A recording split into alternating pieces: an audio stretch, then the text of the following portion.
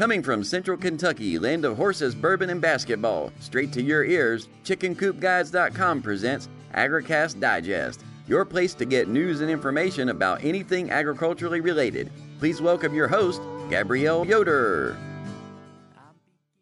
Hey folks, I got a treat for you today, a genuine anti-boredom device. Kind of like what we give to the chickens, right? Anyway, I think I mentioned before that I watched a movie called Fathead recently. I was listening to the Cat James show on Sirius XM a couple of months back, and she mentioned it as one of the best documentaries she had ever seen. The summary on Amazon says, have you seen the news stories about the obesity epidemic? Did you see Super Size Me? Then guess what? You've been fed a load of baloney. Comedian and former health writer Tom Naughton replies to the Super Size Me crowd by losing weight on a fat-laden fast food diet, including plenty of double quarter pounders and fried chicken, whilst demonstrating that nearly everything we've been told about obesity and healthy eating is wrong.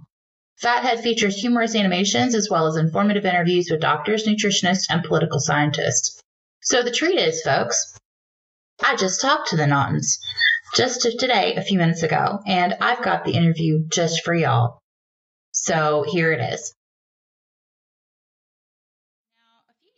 Tom, you and I assume your wife helped as well. You did a sort of mock-you documentary called Fathead, which I really love because for once I'm not hearing someone push like a low-fat, high-carb diet or even a high-protein, low-fat diet. I'm a longtime admirer of Weston A. Price and Paul Chek. So this was really an absolute pleasure to watch. And you're basically talking like a ketogenic paleo primal sort of crossover here. It seems like just kind of a DERF mentality, you know, just eat real food. So I heard about Fathead a few months ago.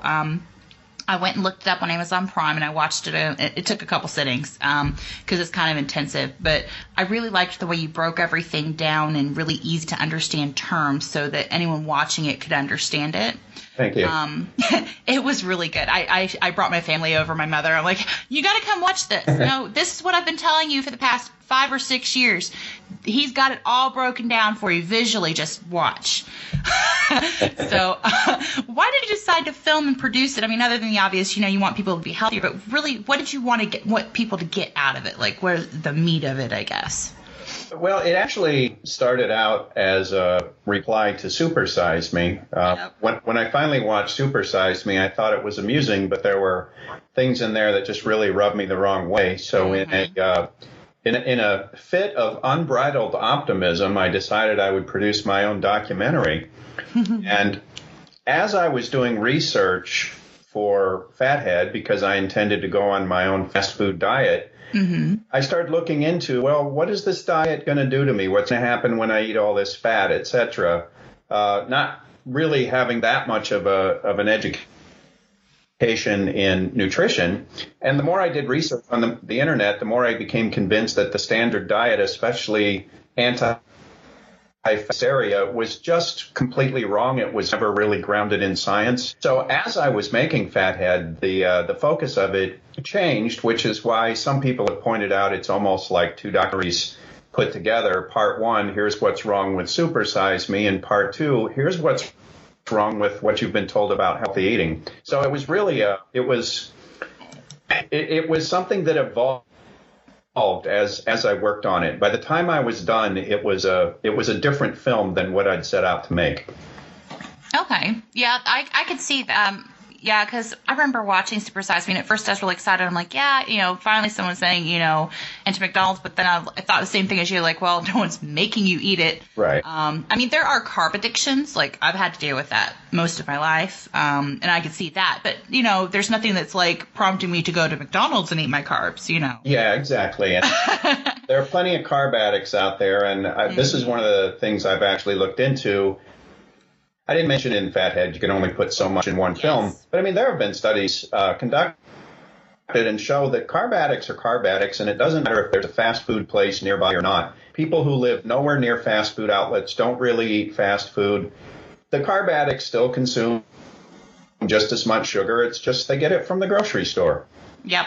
Yeah, believe me, I live here in Kentucky. We moved in before that in Florida, and both places it's like you go to the grocery store and like you see the checkout lines, and there's people that, I mean, I don't know how they drink that much soda. Yeah. But, you know, I mean, it's kind of sad to watch, but, you know, what are you going to do? It's free choice. So That's right.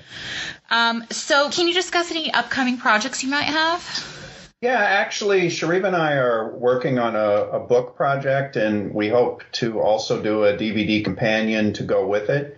It's going to be a book directed primarily at kids, and we hope parents and kids read it together. But one of the really pleasant surprises for me after Fathead found a big audience was the number of parents who emailed me to tell me that their kids loved it, they got it. They enjoyed the cartoony stuff and the humor. And, oh, by the way, they understand now why they shouldn't eat sugar. They've changed their diets. And I really did not make Fathead for kids. I made it intending to be informative and funny. But I realized after all these parents started emailing me, well, gosh, I guess there really is there's more of a market out there for kids than I would have thought. You know, if you Yeah, there totally is. Yeah, so because of that, we decided, okay, we didn't make Fathead for kids, but a lot of kids seem to like it. So now it's time to sit down and make something that really is directed at kids. So the working title of the book is Fathead Kids, Things About Diet and Health I Wish I Knew When I Was Your Age. And because I spent a lot of time as an overweight kid, and really I was pushing 50 before I finally figured all this out. And I've said many times, well, this is great, but gee, I wish I'd known this when I was 5 or 10. So the idea of the book is, well, let's get to the 5 and 10-year-olds and tell them what they ought to know now. Yeah, I agree. Yeah, I remember like trying to find, because we homeschool, and I was trying to find some type of curriculum, because I've got a good amount of nutritional knowledge. I used to work for a Paul Chek practitioner, so I have some, but I wanted to find something, you know, that I didn't have to write the curriculum. I'd already had enough on my plate, and I could only find one document that like a blogger made called like Real Nutrition for Kids or something that went along the real nutrition guidelines of eating foods that are like organ meats, you know, good fats, difference between, you know, what trans fat is. I only found like one thing to cover any of this stuff. So yeah, there's a big need for something like that. So when it comes out, I'm going to be on it. Well, we thank you. We hope a lot of people are. Yeah, that's really exciting. That's good to know. I saw that you had I saw a little bit on your blog about the Fathead Kids thing. I hadn't had a chance to look at it, so I'm excited now. I'm gonna go check that out. Okay. Now, I also understand that you and your wife have a farm in Tennessee, and my assistant and I have been kind of ogling your chicken coop pictures from your blog. And I saw the story about you bonking your head. Can you tell us a bit kind of about your farm, though, and how you decided to go get set up in the country? And in the movie, it looked like y'all were like out west. So can you kind of share the experience of what, you know, getting from there to here, so to speak, where you're at now? Well, sure. I'll start, and I'll let Chareva finish, because she was really the one who pushed for slow farm life. But when we finished Fathead, we were living in Burbank, California.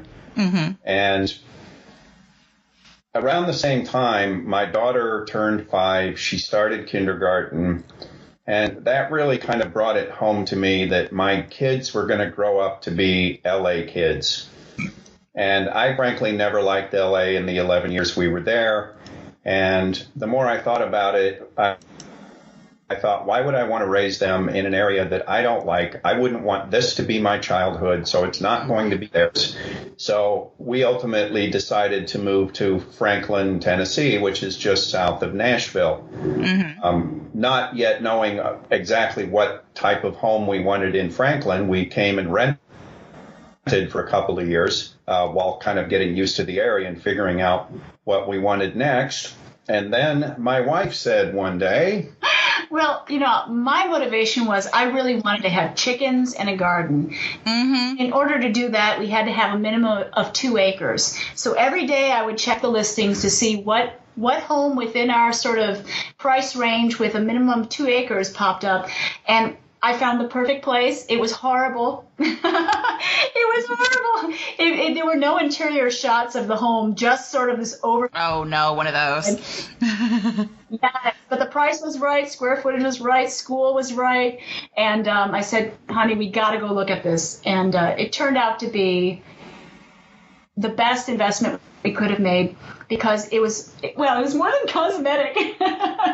We had to fix everything from plumbing to, oh my gosh, the money pit, right? Well, it wasn't quite that bad. It was, we knew going in there was some serious renovations involved, and it wasn't just the house.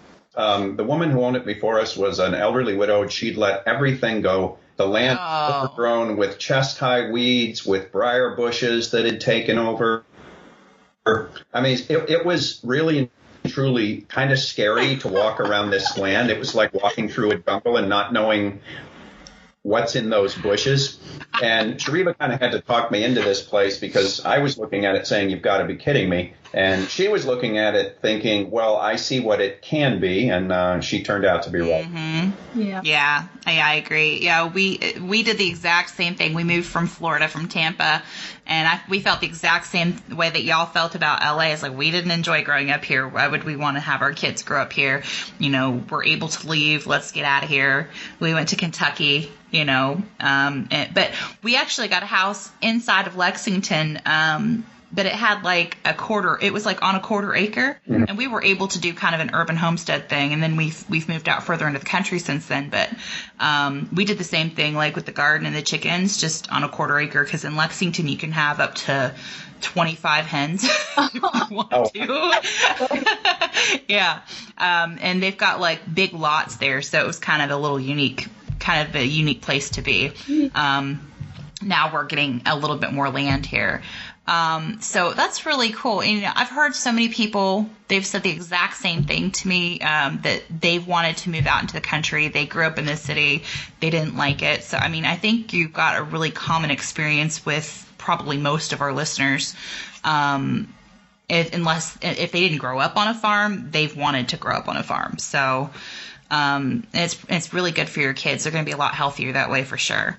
Yeah, we can already see that. They get less allergies, right? Yeah, fewer allergies, and they get to run around on the land and get dirty. Yeah, and they have responsibilities. You know, we have them deal with the animals sometimes, and yeah, I think it's a very good lifestyle for them, and certainly light years ahead of the life they could have had living in a little townhouse in Los Angeles. Yep. And how old are your kids? I've got 4. So they range in ages from 14. Well, he turns 14 in August, all the way to the baby, and he'll be a year old in August. So now, I'm going to guess. Do you have 4-H where you are? Yes, we do. Okay, well, I did not grow up with 4-H, so for me to discover 4-H and all of the livestock projects, it was great. So I'm sure many of your listeners are already familiar with that. But I mean, having been a city kid, I'm very appreciative of the livestock projects, because, you know, it helps me learn and sort of get my foot in the door. I mean, we've been able to deal with, you know, goats and hogs and, you know, big intimidating animals that I wouldn't have had the confidence to try raising myself without that sort of, you know, support. So it's been good for my kids. I mean, to see them handling livestock, which with confidence, you know, I thought that was amazing. Yeah, I think the kids adapt to it a lot better than we do, to be honest. I mean, some people I've heard, like, well, we're not sure how the kids are going to react. They usually react a lot better once they get over the weirdness of it all. You know, it's kind of all new for them. And then once they get used to doing chores, you know, more like big chores, like farm chores and stuff, not like, you know, dusting the library. Once they get used to that, they generally really enjoy it. I mean, they can go run out and, like, at the fair recently here in Scott County, they had a greased pig contest. The 4-H put on, and then like tractor pulls and all kinds of cool country stuff, and you're just like, yeah, wow, this is really neat. Yeah, we're just getting into the 4-H here because in this county because we just moved. But yeah, they've got all kinds of great like rabbit clubs. They've got like shooting sports. They have like sewing clubs, and I'd already been teaching my girls sewing anyway, but now they can do it with other kids, Absolutely. So yeah, you're right. 4-H is really awesome. Yeah, and I think it's it's also, it's a family, and it's a family effort. The kids can't do this stuff without mom and dad, and I think it's a great resource. So I encourage anybody to look into it if they've just moved to a little bit of land and they want to try some of this stuff. And really, it's through your extension agent, through your local university. Yeah, we're right near. We're about 20 miles away from UK, University of Kentucky, which has a huge agricultural extension, and I reckon Tennessee does too. Yeah. Although most of what I know about Tennessee is their body farm. I think it's the University of Tennessee. They have like the body farm where like people all over the world come to study forensics. So Right. I don't know much about their agriculture department. I'd say my only complaint with 4-H is that the whole nutrition aspect of it. Yes. They're I don't go to them for that information. So in terms of raising livestock, I kind of need to get more. They are, yeah. I need to find other resources. Yeah, they're behind the times a little bit. Yeah. They're it's very much standard industrial agriculture. That's right. There's very few that step outside of that mold, but we've actually gotten a lot of emails from like people that go to UK in agriculture and students from other ag programs that have actually asked us more about natural, raising chickens and farm animals, in a more natural way, because they're interested, but they just don't have the resources. They don't know where to go.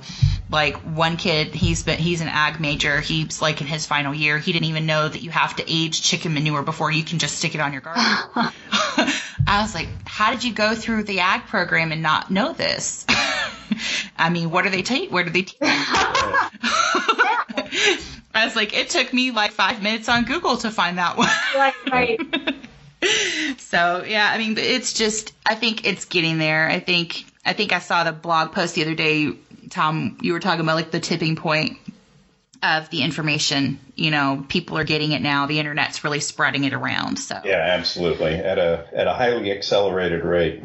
Definitely. Just try to keep the misinformation down. Right. So I've got a couple last, rote questions for y'all now. We wanted to know, what's one thing you recommend above everything else to people who you want to kind of improve the world around them? What would you recommend to them?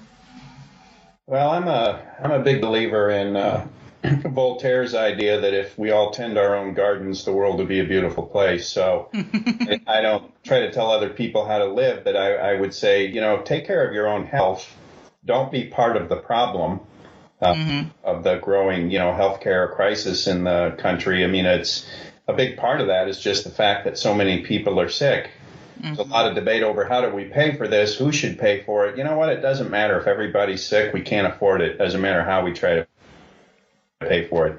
I just want people to be healthy. And for me, it comes down to, you can drive yourself nuts trying to think about every single aspect of health and worrying about every micronutrient, et cetera, et cetera. I don't want people to drive themselves nuts. I want them to start with 3 simple things.